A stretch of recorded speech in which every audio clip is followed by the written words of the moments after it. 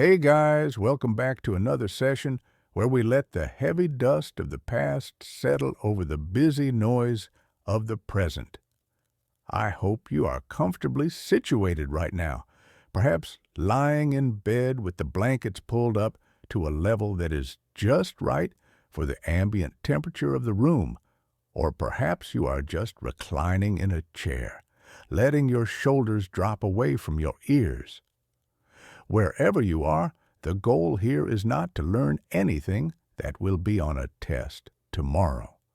The goal is not to stimulate your mind with sharp facts or startling revelations. Instead, we are going to take a very slow, meandering walk through history, looking at things that have already happened, things that cannot be changed, and therefore things that we do not need to worry about.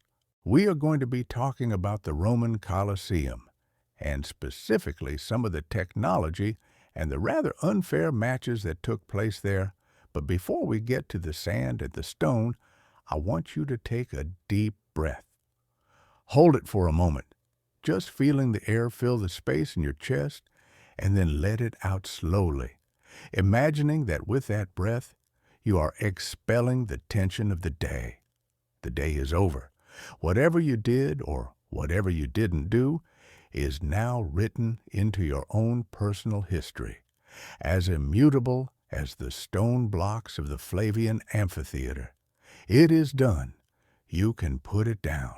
When we think about history for the purpose of sleep, we want to focus on the textures and the logistics, the mundane reality of how things came to be, rather than the dramatic highlights that movies tend to focus on. We are interested in the mortar between the bricks. We are interested in the slow, grinding sound of a wooden wheel on a cobblestone road. We are interested in the way the sunlight hits a patch of dry grass in the afternoon. So, let us cast our minds back, drifting across the timeline, rewinding the clock past the digital age, past the Industrial Revolution, past the Renaissance, all the way back to the 1st century A.D. We are going to the Italian peninsula. Imagine the shape of Italy, that familiar boot kicking into the Mediterranean Sea. Now, zoom in slowly to the western coast, to the region of Latium, and finding the winding serpentine path of the Tiber River. It is warm here. The air is thick with the scent of pine and dry earth. It is not the frenetic, noisy Rome of a modern traffic jam, but the Rome of antiquity, which, while busy, operates on a different frequency. The frequency of human voices, of animal hooves, of metal striking stone. It is a slower frequency. Our story today centers on a structure that we know as the Colosseum. But for the people living at the time, and for the purpose of our slow investigation, we should call it by its proper name, the Flavian Amphitheater. The name Colosseum actually came much later, derived from a colossal statue of Nero that stood nearby. But let's not get ahead of ourselves. We want to start with the ground. Before there was an arena, there was a valley. It was a depression between the Palatine, Esquiline, and Caelian hills. In the time of the Emperor Nero, before the amphitheater was built, this valley was the site of an artificial lake. Imagine that for a moment. A massive, still body of water in the center of the city, part of Nero's golden house, the Domus Aurea. It was a symbol of excess, a private luxury in the middle of a crowded metropolis. When the Flavian dynasty took over, starting with Vespasian, they decided to give this land back to the public. They decided to drain the lake and build something for the people. This is where the engineering begins, and Roman engineering is a wonderful topic for sleep, because it is methodical, heavy, and incredibly logical. To build a massive stone structure where a lake used to be, you first have to deal with the water. You cannot build on mud. You cannot build on a swamp. So, the Roman engineers, with their tunics dusty and their calculations scratched onto wax tablets or papyrus, had to devise a drainage system. They dug trenches, deep, long trenches into the clay and the soil. They built sewers that connected to the main cloaca maxima. Imagine the sound of the shovels digging into the wet earth day after day under the hot Italian sun. It was a slow process. They had to ensure the foundation was dry and stable. They laid down a ring of concrete, a massive elliptical donut of concrete that was dozens of feet thick. Let's pause to appreciate Roman concrete. It is not like the concrete we have today, which degrades after a century or so. Roman concrete, or opus caementitium, is a fascinating material. It was made from a mixture of volcanic ash, specifically pozzolana found near the Bay of Naples, mixed with lime and seawater. When this mixture hardens, a chemical reaction occurs that actually makes it stronger over time, especially when exposed to seawater. It forms a mineral called tobermorite. It is a slow crystallizing process. So imagine this vast foundation being poured. It is a gray, heavy slurry settling into the wooden forms, hardening day by day, month by month, turning into an artificial bedrock. This is the unseen hero of the Colosseum. We look at the arches and the columns, but it is this silent, buried ring of volcanic concrete that has held the weight of the structure for nearly 2,000 years.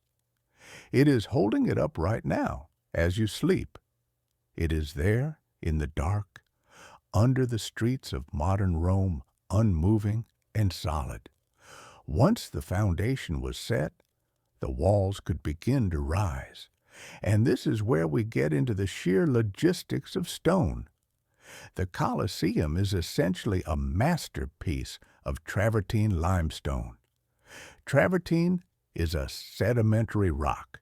It is formed by the precipitation of carbonate minerals from solution in ground and surface waters, and particularly geothermal heated hot springs.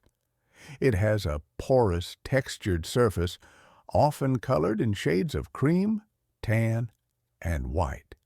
It feels rough to the touch, warm when the sun hits it, and cool in the shade. The travertine for the amphitheater was not found in Rome itself. It had to be quarried.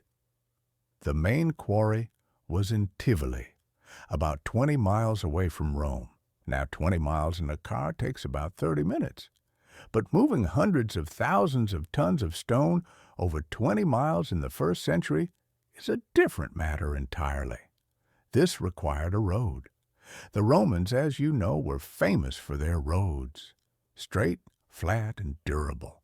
They built a dedicated road for this purpose. Imagine the ox carts. We are talking about massive blocks of stone, some weighing 5 tons or more. They would be lifted from the quarry using cranes powered by treadmills, large wooden wheels that men would walk inside of, turning the axle, winding the rope, and slowly, inch by inch, lifting the stone. The creaking of the wood, the straining of the ropes, the slow ascent to the block. Then the block is lowered onto a reinforced cart. Oxen, strong and placid animals with wide, wet noses and swishing tails, are yoked to the cart. Not just 2 oxen, but teams of them. They begin the slow trudge from Tivoli to Rome. The wheels of the cart are rimmed with iron, and they make a rhythmic grinding sound against the stones of the road. Grind, clack, over and over again. This journey happened thousands of times. Back and forth, empty carts going to Tivoli, heavy carts returning to Rome. It was a conveyor belt of antiquity, moving at the speed of a walking ox. If you were standing by the side of the road in those days, watching the procession, you would see a cloud of white dust hanging in the air, kicked up by the hooves and the wheels. You would smell the sweat of the animals and the dust of the limestone. It was a monotonous, industrial operation. When the stones arrived at the construction site, the assembly began. The Colosseum is an ellipse, a perfect continuous curve. It measures 189 meters long and 156 meters wide. The outer wall stands 48 meters high. That is about the height of a 12-story building, but it wasn't built all at once. It rose in tiers. The construction method relied heavily on the arch. The arch is a very sleepy shape. It is stable. It distributes weight downward and outward. It doesn't struggle. It simply rests. The Colosseum consists of 80 arches on the ground level, 80 on the second, and 80 on the third. The repetition is hypnotic. Arch after arch after arch, circling the entire perimeter. If you look closely at the columns that frame these arches, you will see a progression of styles. This is a detail that many people miss, but it is pleasing in its orderliness. The ground floor uses the Doric order. Doric columns are the simplest.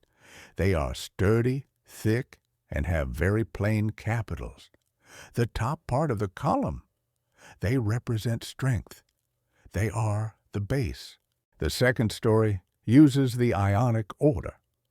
These columns are slightly more slender, and their capitals have scrolls or volutes that look like a rolled-up piece of paper. They are a bit more refined. The third story uses the Corinthian order. These are the most decorative, with capitals adorned with acanthus leaves carved into the stone. They are florid and complex. And then the fourth story, which isn't an arcade of open arches but a solid wall with small windows, uses Corinthian pilasters, flat, rectangular columns that project slightly from the wall. This hierarchy, Doric, Ionic, Corinthian, leads the eye upward, from the heavy and simple earth to the lighter and more decorative sky. It is a visual ladder. As the building rose, the scaffolding rose with it. Miles of timber lashed together with rope. The worksite would have been a maze of wooden platforms, ramps, and pulleys. But how did they hold the stones together? They didn't just stack them. They didn't use mortar between the travertine blocks of the outer facade. Instead, they used iron clamps. The stones were cut so precisely that they fit together flush, face to face. Then holes were drilled into adjacent blocks, and iron brackets were inserted to lock them in place. Then molten lead was poured into the hole to seal the iron and prevent it from rusting. There were approximately 300 tons of iron clamps used in the Colosseum. If you look at the Colosseum today, you will see that it is covered in pockmarks, holes in the stone. These aren't from erosion or battle damage. In the Middle Ages, long after the gladiator fights had ended, people chiseled into the stone to steal the iron clamps. They melted them down to make weapons or tools. The holes we see today are the scars of that scavenging. But in the beginning, the surface was smooth, unbroken, gleaming white travertine. Let's move inside the structure now.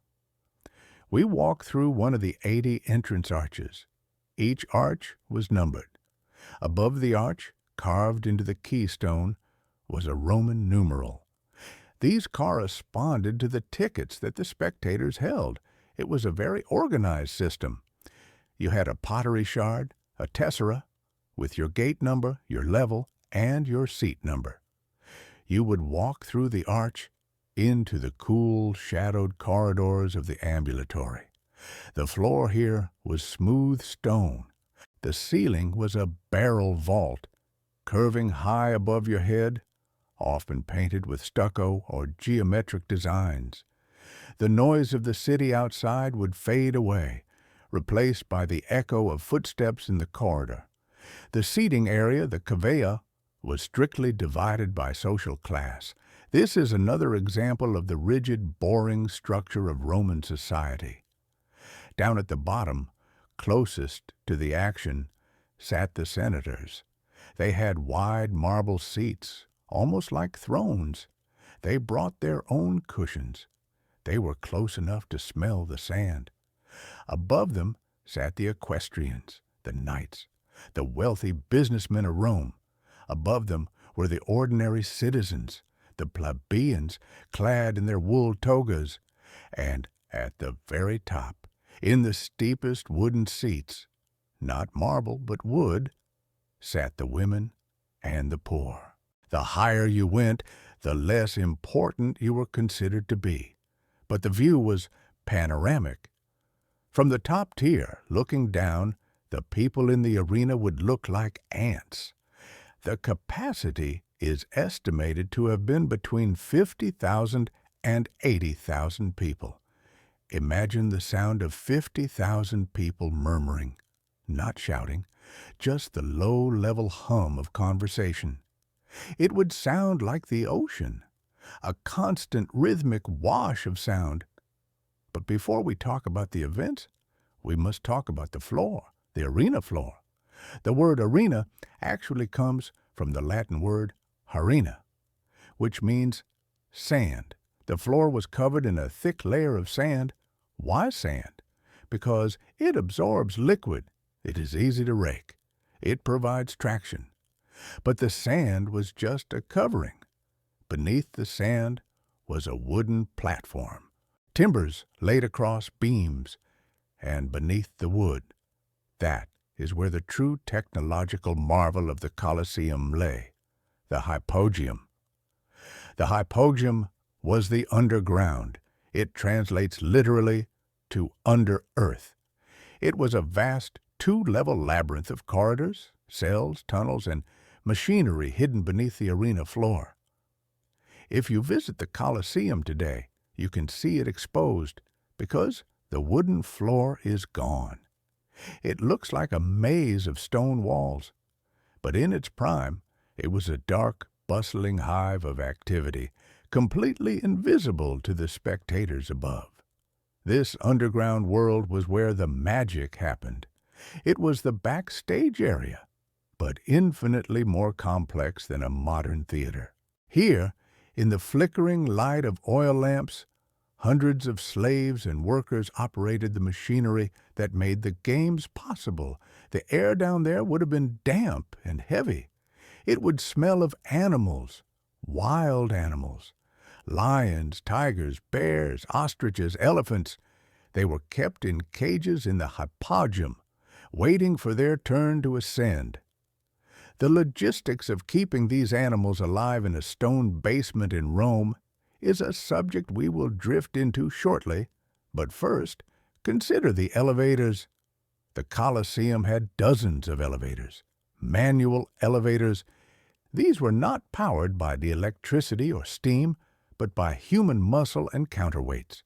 A cage containing a lion, for example, would be wheeled onto a wooden platform. This platform was connected by ropes to a winch system. Nearby, there was a large capstan, a vertical post that could be rotated. Men would push against bars sticking out of the capstan, walking in a circle round and round, winding the rope. As they walked, the cage would slowly rise. It would move up through a vertical shaft in the masonry. At the top of the shaft, just below the sandy floor of the arena, there was a trapdoor, a system of hinges and latches. When the cage reached the top, the trapdoor would open, the cage door would drop, and the animal would be released onto a ramp that led up into the blinding sunlight of the arena. To the crowd, it looked like the animal had simply appeared out of the earth. One moment, empty sand. The next, a tiger. It was a special effect, designed to create wonder. But for the men below, it was just sweat, friction, and the creaking of timber. There were roughly 80 of these vertical shafts. The coordination required to operate them was immense. A shout or the ring of a bell would signal the teams to start pushing the capstans. Let's drift away from the machinery for a moment and think about the atmosphere of the arena before a show began. It is early morning. The sun is low, casting long shadows across the empty seats. The air is cool. The sand has been freshly raked into perfect, smooth patterns. It is quiet. Maybe a few birds are flying overhead, swallows or pigeons, nesting in the nooks of the travertine arches. The city is waking up. The smell of baking bread drifts from the ovens of the city. The Tiber flows sluggishly toward the sea. In this quiet moment, we can think about the sheer variety of materials present in this one location. We have the travertine limestone from Tivoli. We have the tuff, a softer volcanic rock used for the internal walls. We have brick-faced concrete. We have marble, used for the seating and the decorations, brought from quarries in Carrara, or even as far away as Greece and Turkey.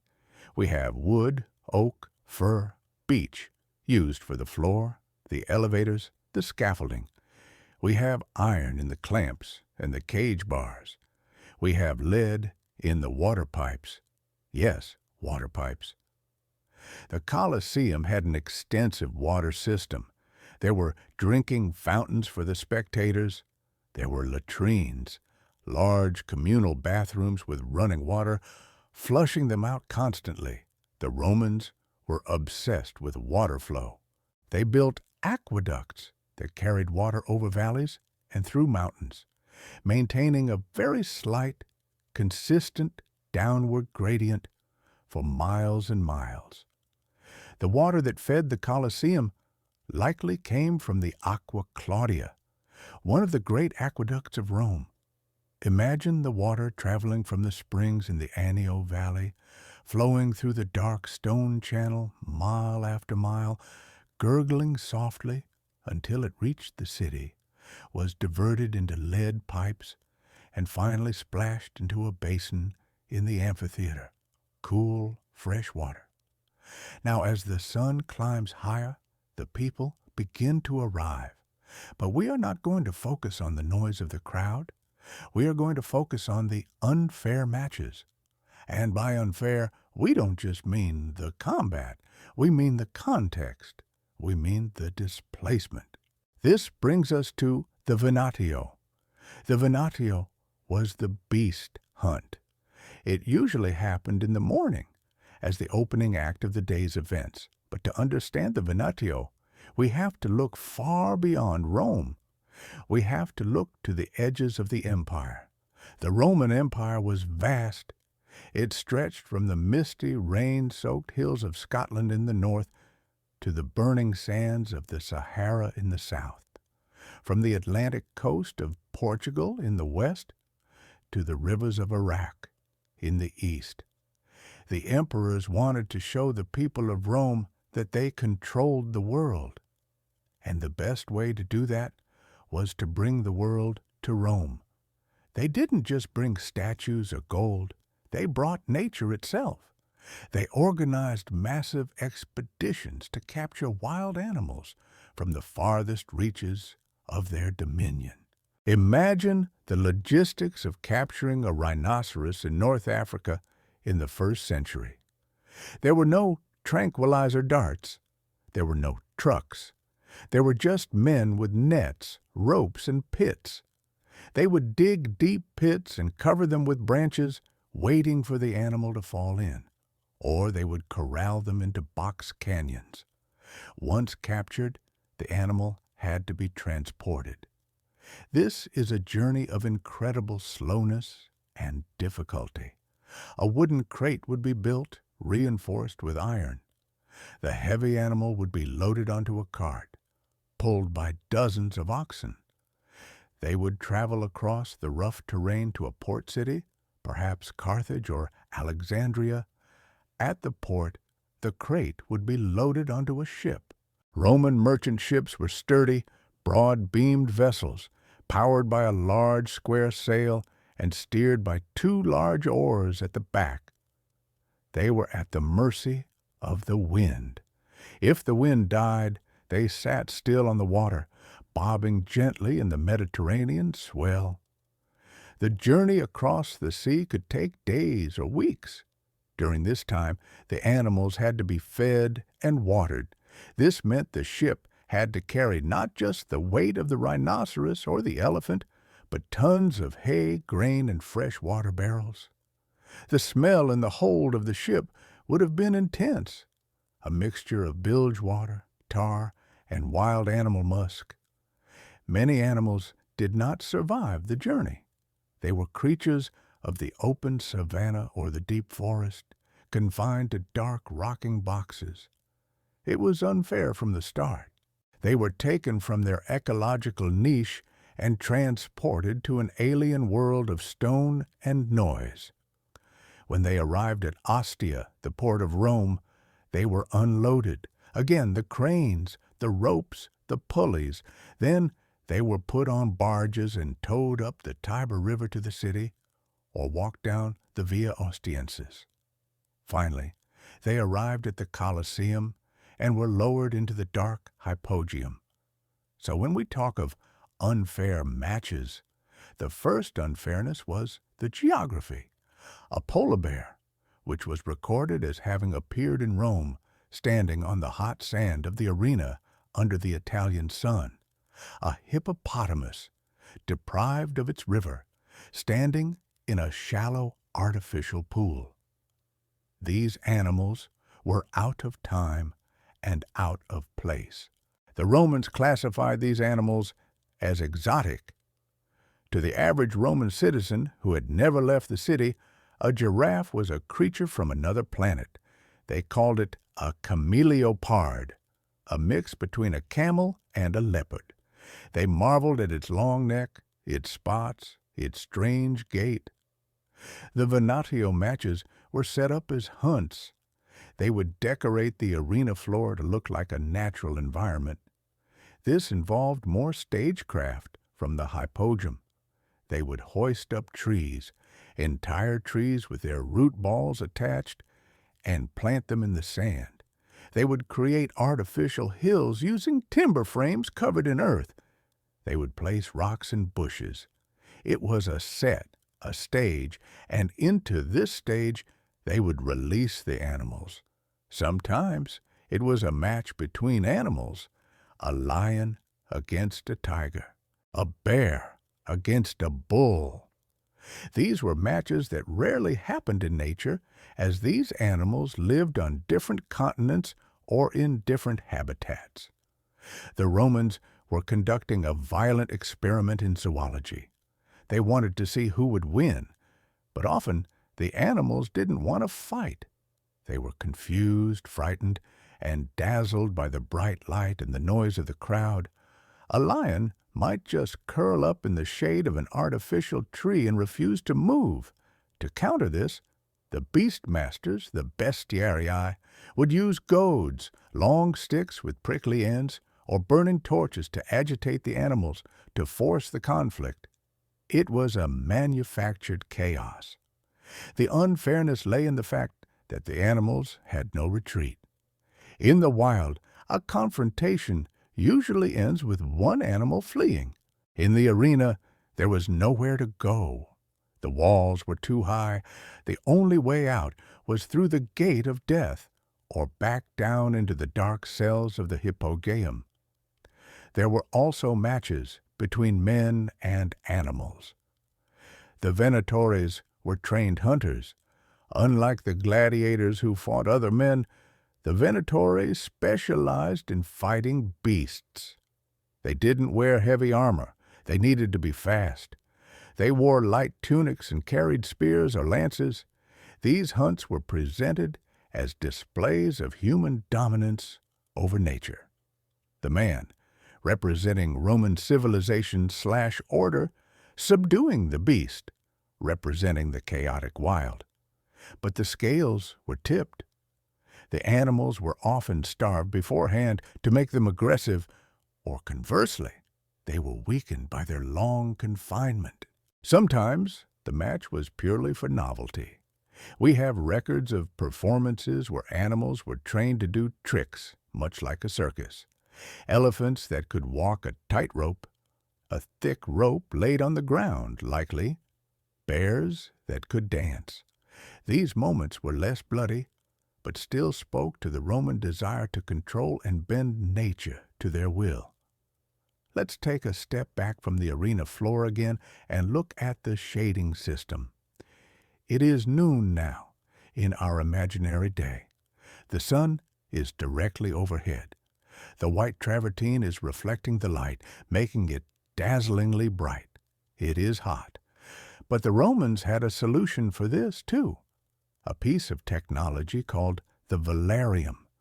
The velarium was a massive, retractable awning that covered the seating area of the Colosseum. It was a marvel of engineering in itself. Imagine a giant ring of canvas made of long strips of sailcloth. This fabric was suspended from masts that were mounted around the top rim of the stadium. If you look at the top of the Colosseum today, you can still see the stone corbels, the brackets, where these wooden masts were inserted. There were 240 of these masts. The canvas didn't cover the arena floor itself. The sun needed to shine there, but it covered the spectators, providing a ring of cool shade. Operating the velarium was not a job for ordinary slaves. It required knowledge of wind, knots, and rigging. So the Romans employed sailors, specifically sailors from the imperial fleet stationed at Misenum. Hundreds of sailors were stationed in Rome just to work the awning of the Colosseum. When the sun moved across the sky, they would pull on miles of ropes, adjusting the angle of the canvas, expanding or retracting the sections to keep the shade where it was needed.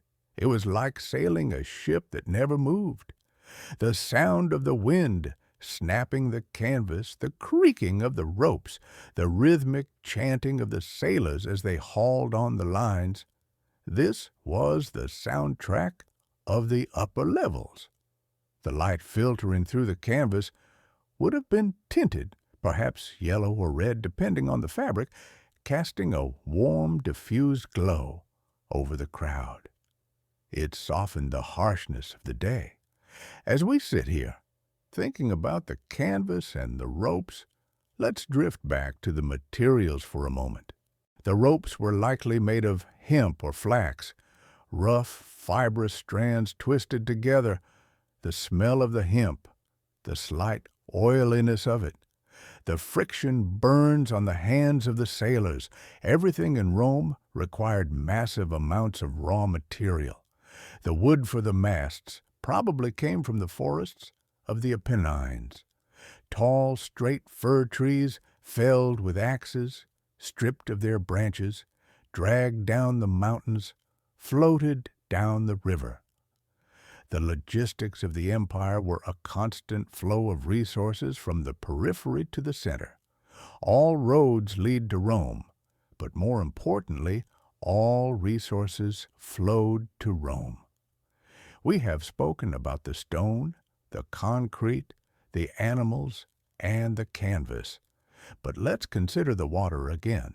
We mentioned the drinking fountains, but there is a theory, debated by historians, that the Colosseum was occasionally flooded to stage mock sea battles. These were called nomachia. This would have happened in the early days of the Colosseum, before the complex two-story hypogeum was fully constructed in masonry. The idea is that the wooden floor would be removed and the basin of the arena would be filled with water. How much water? Millions of gallons. The engineering required to fill the arena rapidly and then drain it rapidly is staggering. They would have used the same sluice gates and sewers we mentioned earlier. The water would rush in, swirling around the foundation pillars. Then small ships, biremes or triremes, would be floated in. These weren't full-sized war galleys, but scaled-down versions. Prisoners of war or condemned criminals would be put on board and forced to fight. A naval battle in a swimming pool. The water would lap against the stone walls. The oars would splash. The wood of the ships would creak. It seems almost impossible, a logistical nightmare, and that is why historians argue about whether it happened here or in a separate, dedicated artificial lake nearby. But the ancient writers describe it happening in the amphitheater. They describe the surprise of the audience seeing water where there was once dry ground. Whether it happened or not, the concept itself is relaxing in its absurdity. The amount of effort, the sheer volume of water, just for a show. It highlights the Roman obsession with spectacle. But for us, we can focus on the water itself, the way water seeks its own level, the way it fills a space, heavy and formless, taking the shape of its container. The water of the Tiber, the water of the aqueducts, the water of the Mediterranean. It connects everything. As we near the end of this first part of our journey, let the images of the Colosseum soften. The sharp edges of the stone become blurry. The roar of the crowd fades to a whisper. The bright sun dips lower in the sky, turning the white travertine to a soft honey gold. We are left with the feeling of weight, the weight of the stone blocks, the weight of the history, the weight of the years that have passed since these things happened.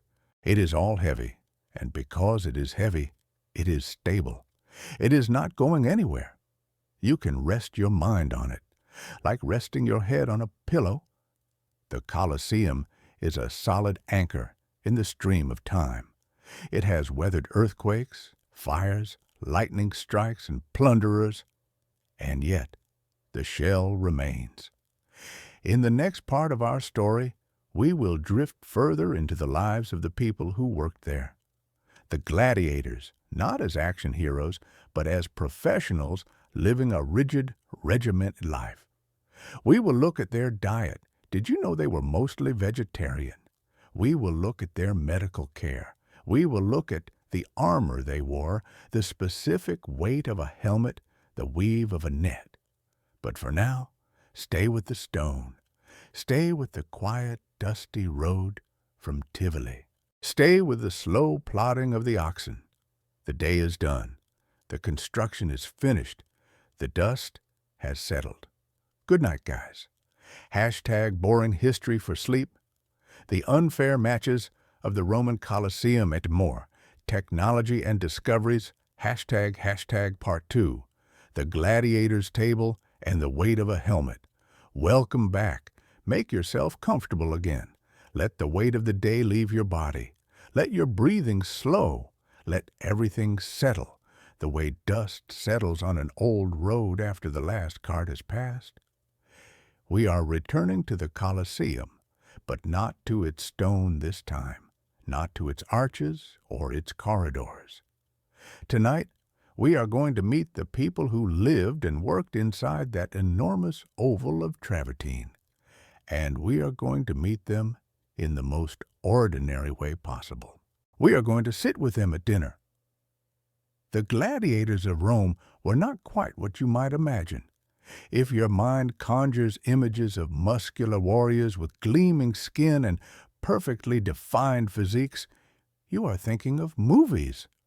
The reality was softer, literally softer. Roman gladiators carried a noticeable layer of fat over their muscles.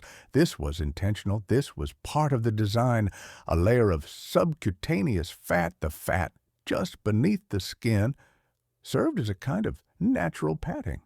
When a blade cut into flesh, the fat absorbed some of the damage before it reached the muscle, or more critically, the blood vessels beneath.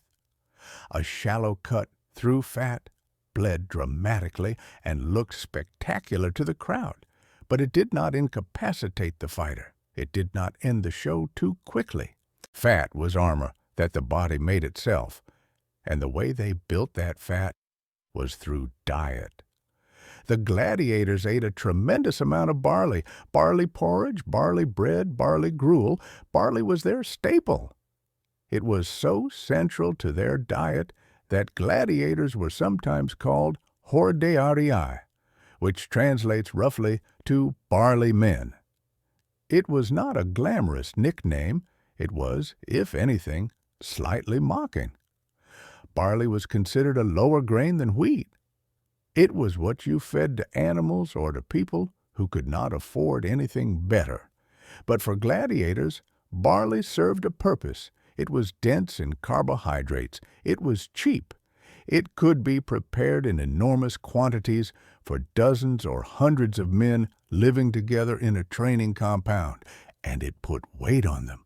Alongside the barley, they ate beans, broad beans, lentils, chickpeas. They ate dried fruits. They ate vegetables when they were available. Occasionally, they ate cheese. Meat was present in their diet, but not as dominant as you might expect. They were not eating steaks every night. The archaeological evidence for this comes from a fascinating place. In the ancient city of Ephesus, in what is now Turkey, researchers excavated a gladiator cemetery. They analyzed the bones. Specifically, they looked at the ratio of certain chemical isotopes, strontium and calcium, stored in the bone tissue. These ratios tell you what a person ate during their lifetime. The bones told a clear story. These gladiators ate a diet that was overwhelmingly plant-based, heavy in grains and legumes. The researchers also found elevated levels of strontium, which suggested the gladiators were drinking a particular beverage made from bone ash dissolved in water. This sounds unpleasant, and it probably was, but it served a medical purpose. The calcium and minerals in bone ash helped strengthen their own bones, reducing the risk of fractures during combat. It was a kind of ancient sports supplement, gritty and chalky, and consumed not for pleasure, but for function. So picture the scene. It is evening in a gladiatorial training school, a ludus. These were compound-like buildings, usually located near the amphitheater they served. The Ludus Magnus, the great training school, was just a short walk from the Colosseum itself, connected to the arena by an underground tunnel. The building was rectangular, with a small practice arena in its central courtyard. Around the courtyard were the cells where gladiators lived. Small rooms, functional, not dungeons exactly, but not luxurious either. Some gladiators were enslaved. Some were prisoners of war. Some were free men who had volunteered, drawn by the potential for prize money, fame, or simply because they had no better options. All of them lived under strict discipline. At mealtime, the barley porridge would be served in large communal portions. The men would eat together. The food was bland. It was fuel. There was no artistry to it, no seasoning to speak of, no elaborate sauces. Just grain, boiled soft, served warm, the beans alongside. Perhaps some onion, perhaps some oil. The same meal, more or less, every single day. You can almost smell it if you let yourself. That heavy, starchy smell of cooked barley, the earthiness of the beans, the faint sourness of the drinking water in its clay pitcher. This is a good thing to rest your mind on. The quiet simplicity of repetitive meals. The same bowl, the same spoon, the same table, the same faces around it. There is something deeply calming about routine when you observe it from the outside. The gladiator's world was built on routine. Wake, eat, train, eat, rest, sleep. The days blurred together in that rhythm. The extraordinary violence of the arena was, for most of these men, a rare punctuation mark in a life that was otherwise monotonous. Many gladiators fought only 2 or 3 times a year. Some fought even less. Between those bouts, there was only the training and the porridge and the slow passage of identical days. Let us turn now to the medical care. This is where the story becomes unexpectedly gentle. Gladiators were expensive investments.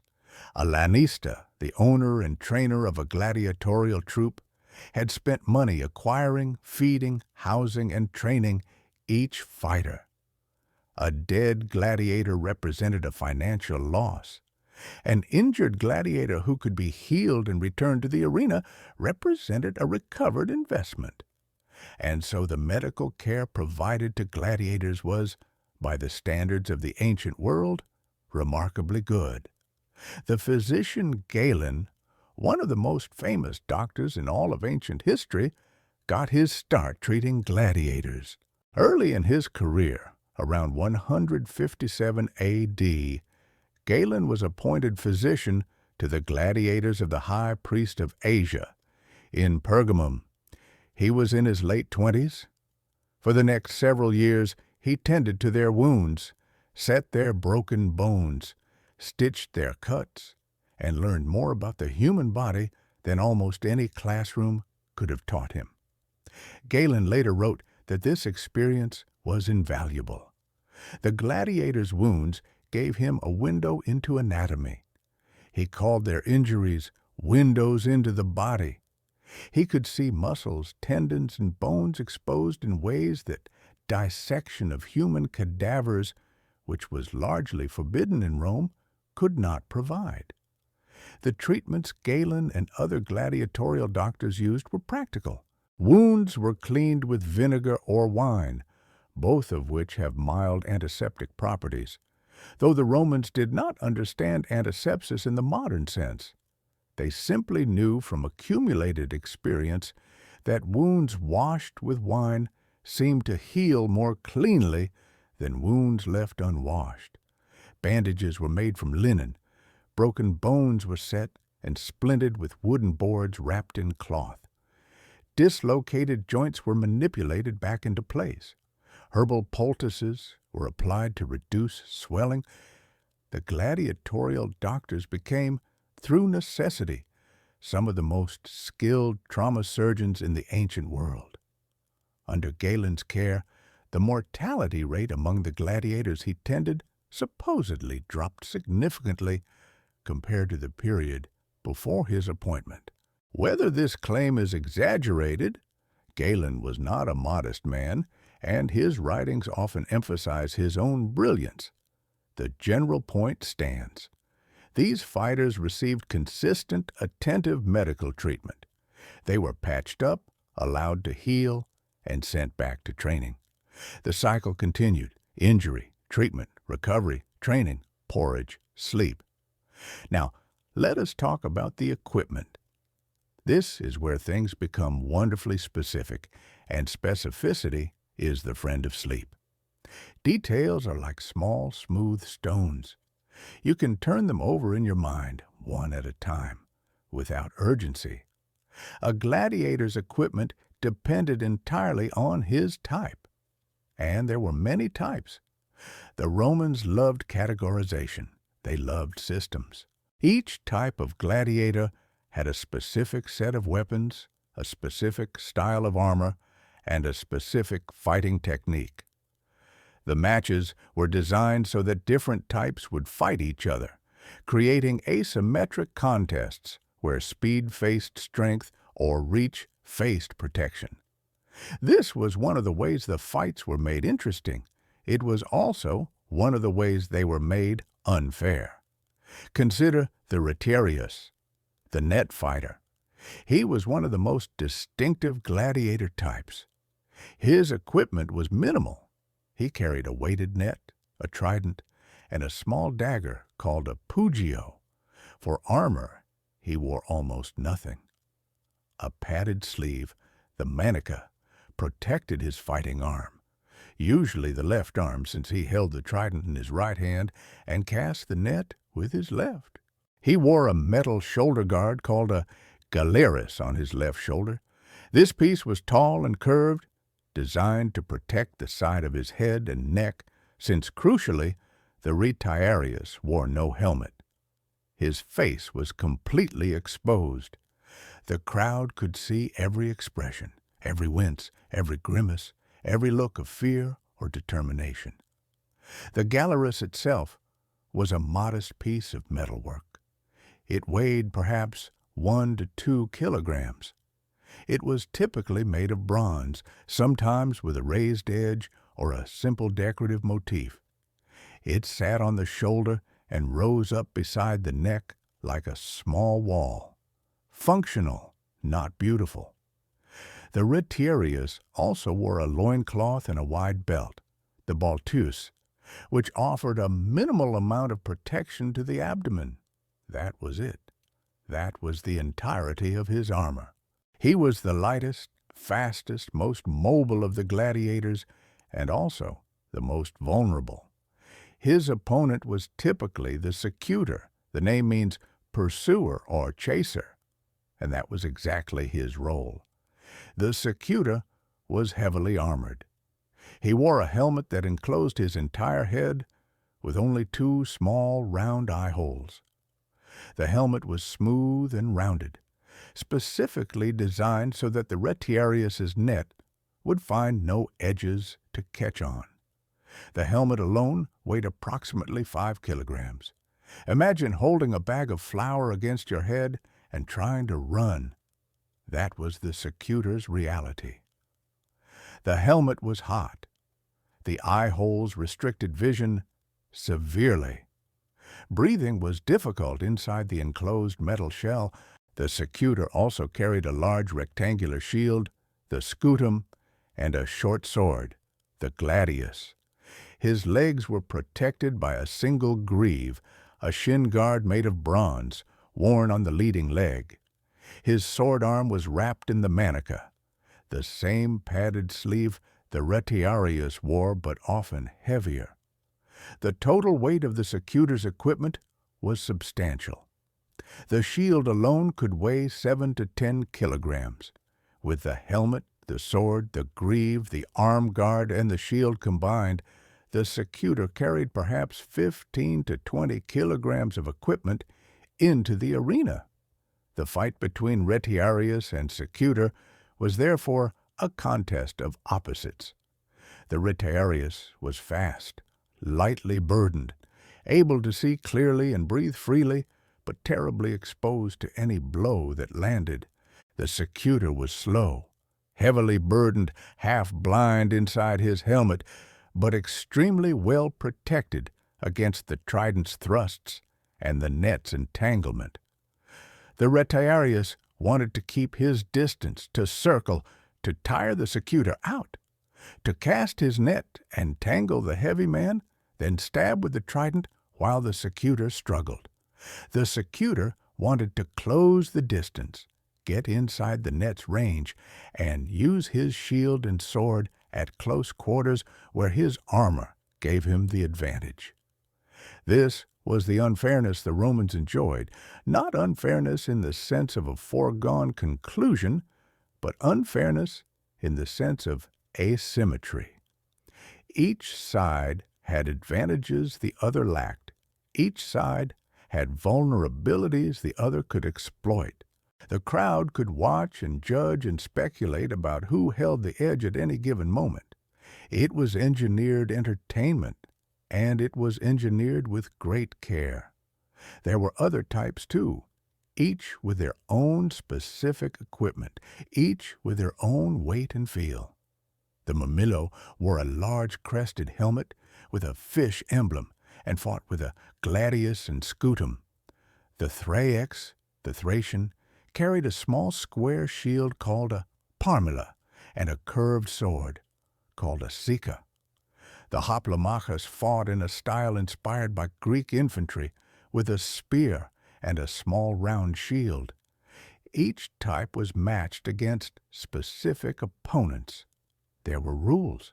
There were traditions. There was an entire bureaucracy devoted to managing which types fought which and when and how. The weapons themselves were real. They were sharp. They were made of iron. We know this from both written sources and from archaeological finds.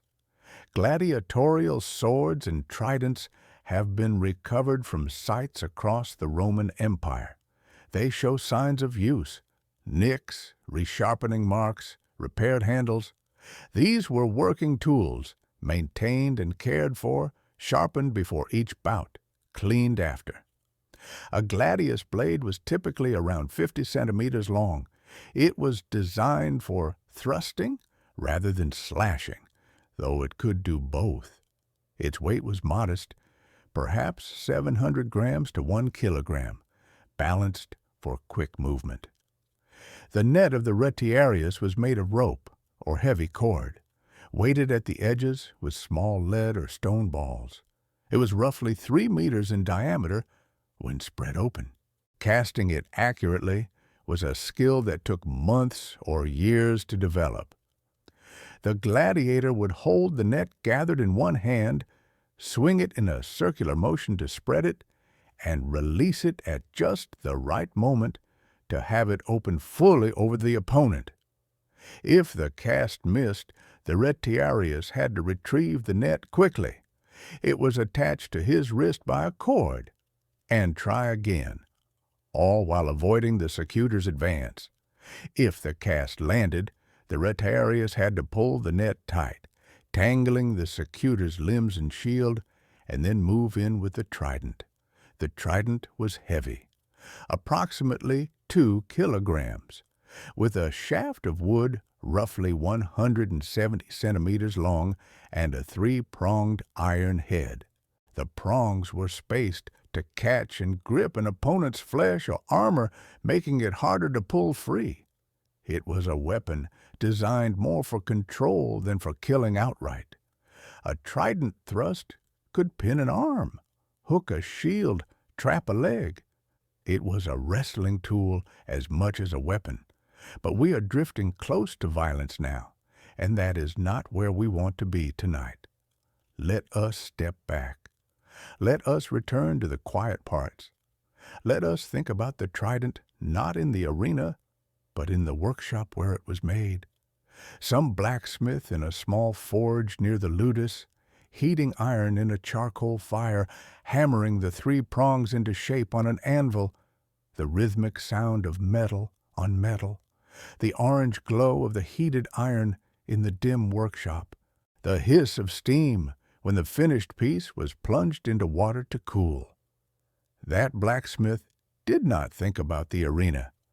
He thought about the angle of the prongs, the straightness of the shaft socket, the quality of his welds. He was a craftsman doing his work, and after the work was done, the forge cooled. The tools were hung on their hooks. The blacksmith swept the floor because smiths always sweep their floors. Hot sparks and scattered metal fragments are hazards if left untended. He stepped outside into the Roman evening, and the air was cool compared to the heat of the forge, and he could smell bread from a nearby bakery, and somewhere down the street a dog barked once and then was quiet. That is where we will leave things for now, in the quiet street, in the cooling evening, in the ordinary world that existed just beyond the walls of the Colosseum and the ludus and the forge. The gladiators are in their cells, resting on their straw mattresses, their muscles sore from training, their bellies full of barley. The doctor has finished his rounds, checking on a healing shoulder wound, changing a bandage on a knee. The lanista has locked the gate and retired to his own quarters. The net maker has coiled her last rope and closed her shutters. Everything is still. The great amphitheater stands empty in the dark, its arches casting faint shadows under whatever moonlight reaches the valley. No crowds, no noise, no spectacle, just stone and silence, and the soft sound of the wind passing through 80 numbered archways, one after another after another. In our next visit, we will explore what happened beneath the arena floor. The hypodium, that extraordinary underground world of tunnels, cages, elevators, and trapdoors that made the spectacles above possible. We will talk about the engineering of those elevators, the ropes and pulleys and counterweights.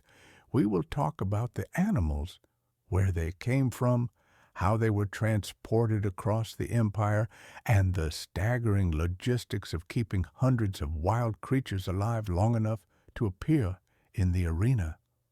We will talk about the men who worked in the dark beneath the wooden floor, operating the machinery, never seen by the crowd above. But that is for another time. For now, there is only the quiet. The forge is cool. The barley is eaten. The bandages are clean. The net is folded neatly in its corner. Rest now. Let the details settle like sediment in still water, soft and slow and heavy, carrying you gently toward sleep. Good night, guys. Hashtag boring history for sleep. The unfair matches of the Roman Colosseum and more. Technology and discoveries. Hashtag part 3. Welcome back. Get comfortable. Let the weight of the day leave your body bit by bit, like sand shifting through your fingers. There is nowhere you need to be. There is nothing you need to do. We are just going to talk quietly about old things, about ropes and pulleys and wooden platforms, about animals in cages beneath a wooden floor, about the hidden world underneath the arena, the world the crowd never saw, the world that made everything above it possible. Tonight we go beneath the floor of the Colosseum. We go into the hypodium. The word itself comes from the Greek hypo, meaning under, gum from GE, meaning earth, under the earth. And that is exactly what it was. A sprawling underground complex, 2 levels deep beneath the arena floor. A labyrinth of corridors and chambers and mechanical devices that occupied roughly the same footprint as the arena itself. If you visit Rome today and stand at the edge of the Colosseum looking down, you can see the remains of it. The walls still stand, the stone partitions forming a grid pattern that looks almost like the inside of a waffle iron, or the cells of a honeycomb, long and narrow and repeating. When it was intact, when it was functioning, all of this would have been covered over by the arena floor, a vast wooden platform covered in sand. The crowd sitting in their seats would have seen only the sand, only the flat open space where the games took place. They would not have seen what was happening below, and what was happening below was extraordinary, not in a dramatic way, not in a way that requires exclamation marks or breathless description. Extraordinary, in a quiet, mechanical, logistical way. Extraordinary, in the way that a well-organized warehouse is extraordinary, or a well-run kitchen during a dinner rush. Everything had to work. Everything had to work on time, and it all had to be invisible. Let us start with the elevators. The Romans called them pegmata, though they used that word loosely. The basic concept was simple enough. A wooden platform sat at the bottom of a shaft. The shaft extended from the lower levels of the hypodium up through the arena floor. The platform was attached to ropes, and the ropes ran through a system of pulleys, and the ropes were connected to counterweights or to teams of men, or sometimes to both. When the time came, the men would pull, or the counterweights would release, and the platform would rise. It would rise up through the shaft and emerge through a trapdoor in the arena floor, delivering whatever was on the platform into the arena above. Sometimes what was on the platform was an animal. Sometimes it was a piece of scenery. Sometimes it was a man. Sometimes it was all three. The engineering was not particularly complex by modern standards, but it was remarkably effective for the time. The pulleys were wooden, with bronze or iron fittings. The ropes were made of hemp or esparto grass, both of which were common materials in the Roman world. Esparto grass grew abundantly in the southern parts of Hispania, which is modern-day Spain, and it was used for all sorts of things: baskets, sandals, rope. The ropes had to be strong enough to lift several hundred pounds. A lion, for instance, might weigh between 300 and 400 pounds. A bear could weigh considerably more. The ropes had to bear this weight smoothly, without jerking, without snapping, without dropping the platform back down the shaft. The pulleys had to turn freely. The wooden guides inside the shaft had to be smooth enough that the platform did not catch or stick on the way up. The counterweights were blocks of stone or lead, heavy enough to balance the load on the platform. The basic principle was the same as a well bucket. You attach a heavy weight to one end of a rope and the thing you want to lift to the other end, and you run the rope over a pulley at the top. When you release the counterweight, it falls, and the platform rises. The men operating the system could control the speed of the ascent by managing the release of the counterweight, letting it drop quickly for a fast rise, or controlling it with braking ropes for a slower, more gradual emergence. In some cases, the counterweight alone was not enough, and teams of men would pull on the ropes directly, adding their own muscle to the mechanical advantage provided by the pulleys. There were, according to the best archaeological estimates, roughly 60 of these elevator shafts in the Colosseum's hypogeum, 60 individual platforms, each with its own set of ropes and pulleys and counterweights, each capable of delivering its contents to the arena floor independently of the others. This meant that the operators could create elaborate sequences, an animal appearing here, then another there, then a piece of scenery rising from a completely different part of the arena, all choreographed to create the impression of spontaneity and surprise for the crowd above. Think about the coordination that required 60 separate mechanical systems, all operated by hand, all in the dark, all timed to match whatever spectacle was happening above. There was no intercom. There was no radio communication. There were presumably runners, men whose job it was to carry messages from the arena level down to the hypogeum, telling the operators what was needed and when. There may have been prearranged signals, a certain number of trumpet blasts, perhaps, or the sound of a particular drum filtering down through the wooden floor, telling the men below that it was time to send up the next animal, the next piece of scenery, the next combatant. The corridors of the hypogeum were not spacious. They were functional. The walls were brick-faced concrete, the same building material the Romans used for so much of their monumental architecture. The ceilings were low in many places. The lighting would have been oil lamps and torches, casting flickering shadows along the walls. The air would have been close and warm, filled with the smell of animals and straw and sweat and lamp oil. The sound would have been constant, the shuffle and snort and growl of caged animals, the creak of rope under tension, the rumble of wooden platforms moving in their shafts, the shouts of the operators coordinating their work, and always filtering down from above the muffled roar of the crowd. The animals were kept in cages along the corridors. The cages were wooden, reinforced with iron bars where necessary, and they varied in size depending on what they held. A cage for a leopard would be different from a cage for a bear, which would be different from a cage for a bull. The animals had to be kept separated, of course. A hungry lion next to a terrified deer would create problems long before either reached the arena.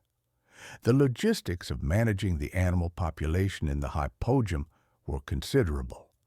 The animals needed food and water. Their cages needed to be cleaned, at least enough to prevent disease from spreading.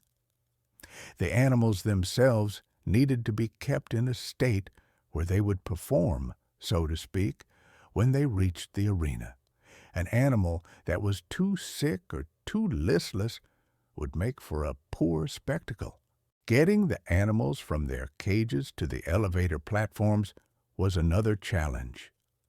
The corridors leading from the holding areas to the elevator shafts were designed as ramps and passages, sometimes with movable walls or sliding gates that could be used to funnel an animal in the right direction without anyone having to get too close.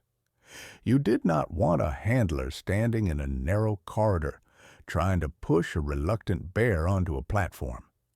You wanted the architecture itself to do the work, a gate opening here, a barrier closing there, creating a channel that left the animal only one direction to go.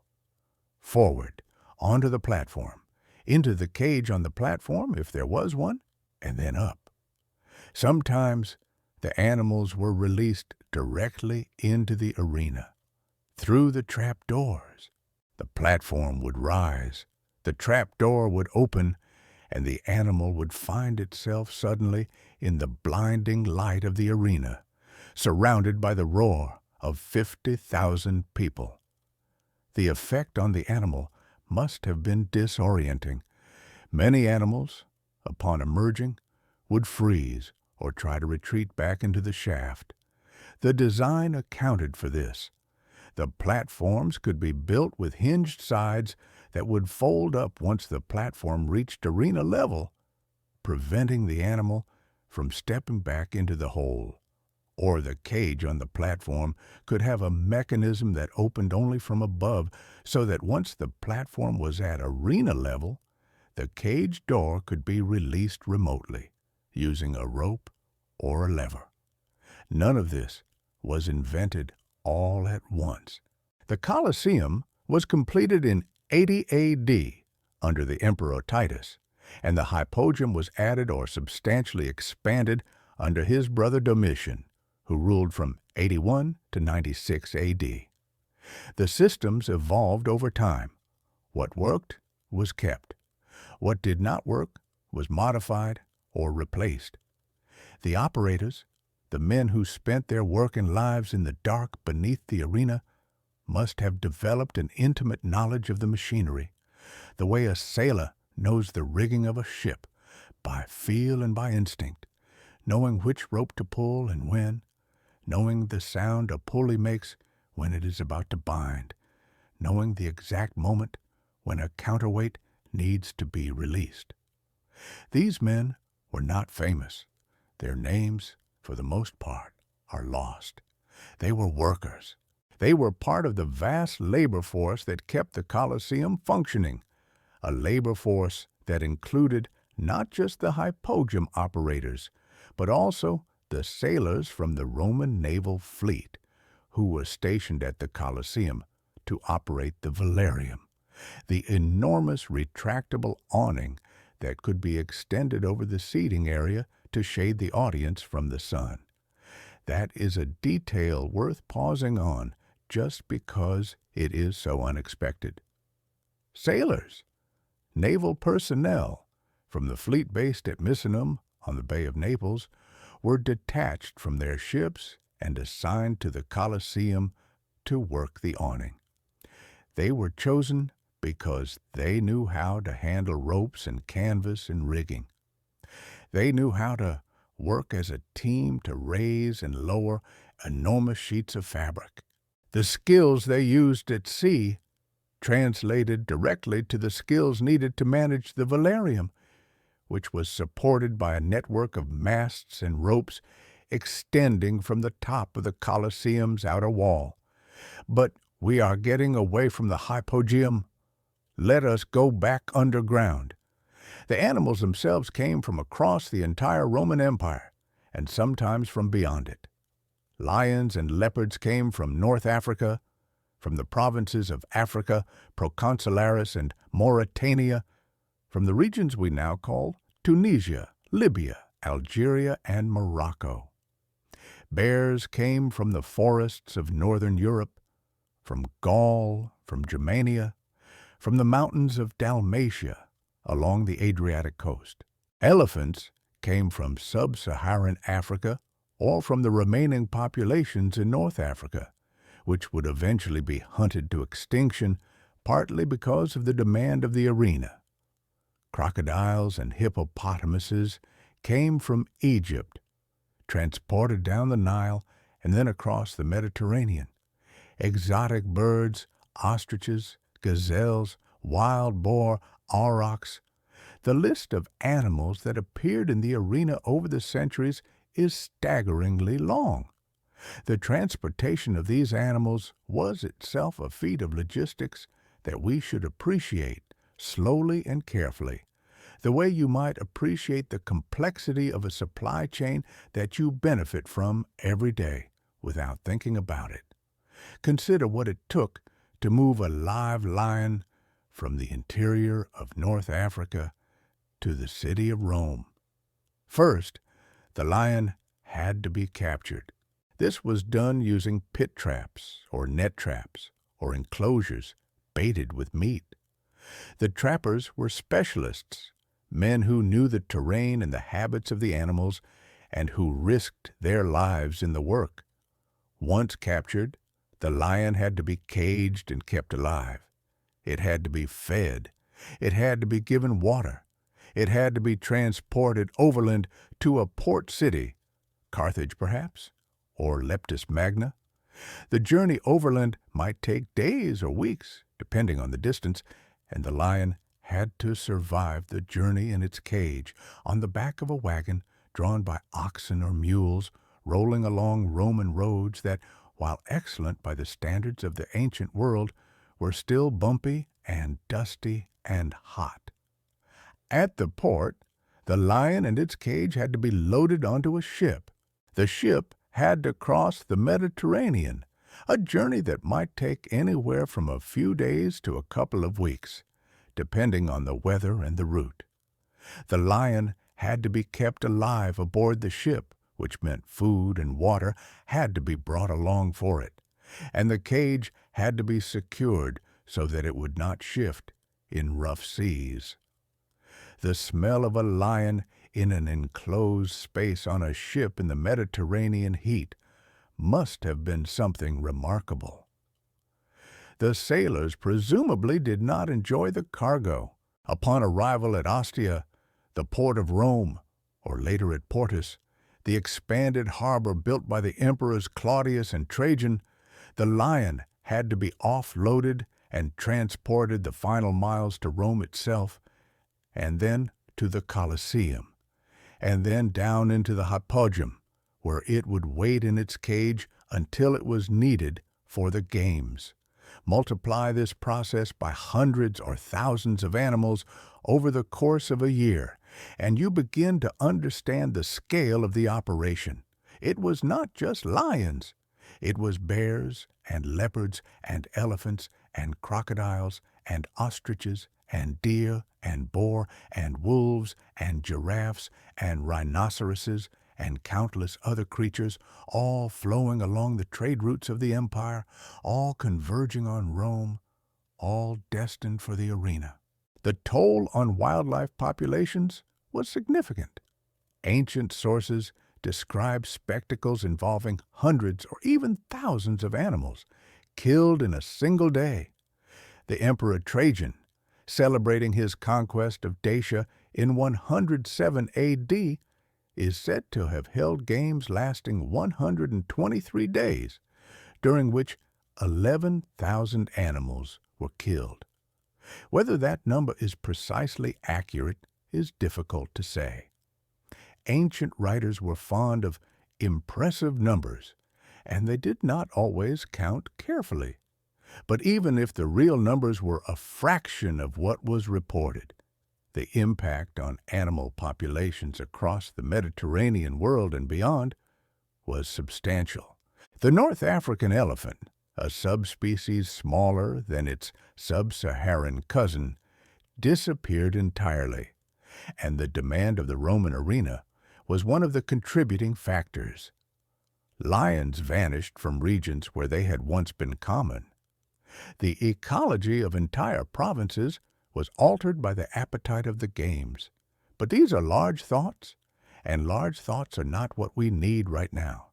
We need small, quiet details. The creak of a rope, the drip of water in a stone corridor, the soft sound of straw being shifted as an animal settles in its cage, the low murmur of workers talking in the dim light, waiting for the signal, waiting for their cue to begin the careful, practiced work of sending a platform upward through its shaft. The torch on the wall flickers. The shadows move along the bricks. Someone checks a knot in a rope, running the hemp through calloused fingers, feeling for frays, for weak spots. Everything is ready. Everything is always ready, because these men know their work the way you know the path from your bed to your kitchen in the dark, by memory, by habit, by the quiet confidence of repetition. Rest now. Let the ropes go slack. Let the pulleys be still. Let the animals sleep in their straw. The hypogeum is quiet. The Colosseum is empty. The sand on the arena floor is smooth and undisturbed silver in the moonlight that falls through the open sky above. Everything is still. Everything is settled. There is nothing left to do but sleep. Good night, guys. Hashtag part 4/5. Boring history for sleep. The unfair matches of the Roman Colosseum and more. Technology and discoveries. The morning light is pale and thin, the kind of light that barely commits to anything.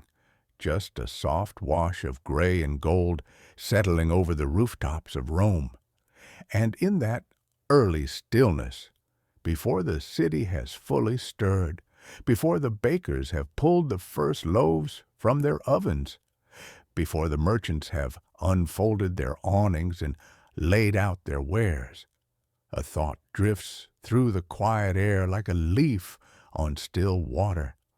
It is a thought about spectacle, about what people came to see when they filed into the Colosseum and found their seats and waited for the day's events to begin.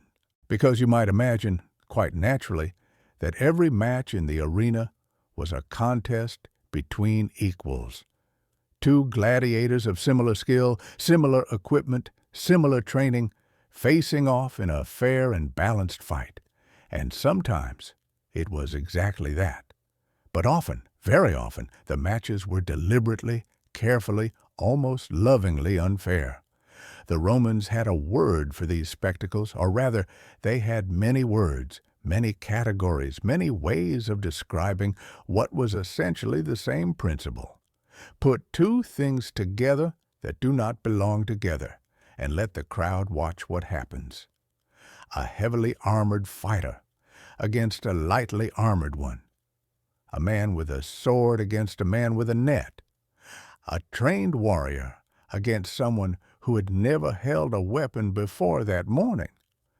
The mismatch was the point. The imbalance was the entertainment. But let's not rush. Let's take this slowly, because there is no hurry, and the details are gentle enough to carry you toward sleep rather than away from it. The gladiators of Rome were not a single type.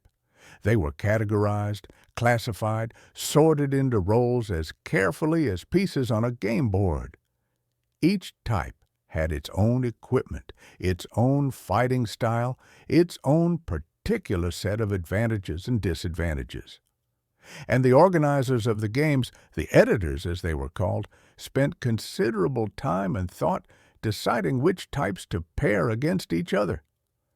This was not random. This was choreography. This was design. Consider the murmillo. The Murmillo was a gladiator who carried a large rectangular shield, wore a helmet with a broad brim and a high crest, and fought with a short stabbing sword called a gladius. He was well protected. He could hide behind his shield. He could wait and block and advance slowly, using his armor and his shield to absorb blows while looking for an opening. The Murmillo was patient. The Murmillo was steady. The Murmillo was, if you want to think of it this way, a kind of walking fortress. And against the Murmillo, the editors might place a retiarius. The retiarius was almost the opposite in every way. He carried no shield. He wore almost no armor, perhaps a shoulder guard on one arm, but little else. His weapons were a net, a trident, and a small dagger. He was fast because he had to be fast. He was unencumbered because encumbrance would have killed him. His strategy was movement, distance, the throw of the net, the jab of the trident's three prongs from beyond the reach of the Murmillo's short sword. So here you have it, a slow, armored, shielded fighter against a fast, unarmored, mobile one, a turtle against a hare, if you like, though both were dangerous and both could win. The crowd would watch the retiarius dance and circle, flicking his net, keeping his distance, and they would watch the Murmillo trudge forward, shield raised, sword ready, trying to close the gap. It was a study in contrasts. It was a conversation between two completely different philosophies of survival. And this pairing, Murmillo against retiarius, was one of the standard matchups. It was expected. It was traditional. The crowd knew the rhythms of it the way you know the rhythm of a song you have heard 100 times. The net would fly. The trident would thrust. The shield would catch the blow. The sword would stab at air, back and forth, until one fighter made a mistake, or grew tired, or simply ran out of luck. But there were many other pairings, many other combinations. The Thraex, who carried a small square shield and a curved sword, might face a Hoplomachus, who fought with a spear and a round shield in the Greek style. The Spectator, whose smooth helmet was designed to give the retiarius nothing to catch with his net, was specifically created as the retiarius's natural opponent. The provocator faced other provocators, one of the rare cases where like fought like. Each pairing told a different story.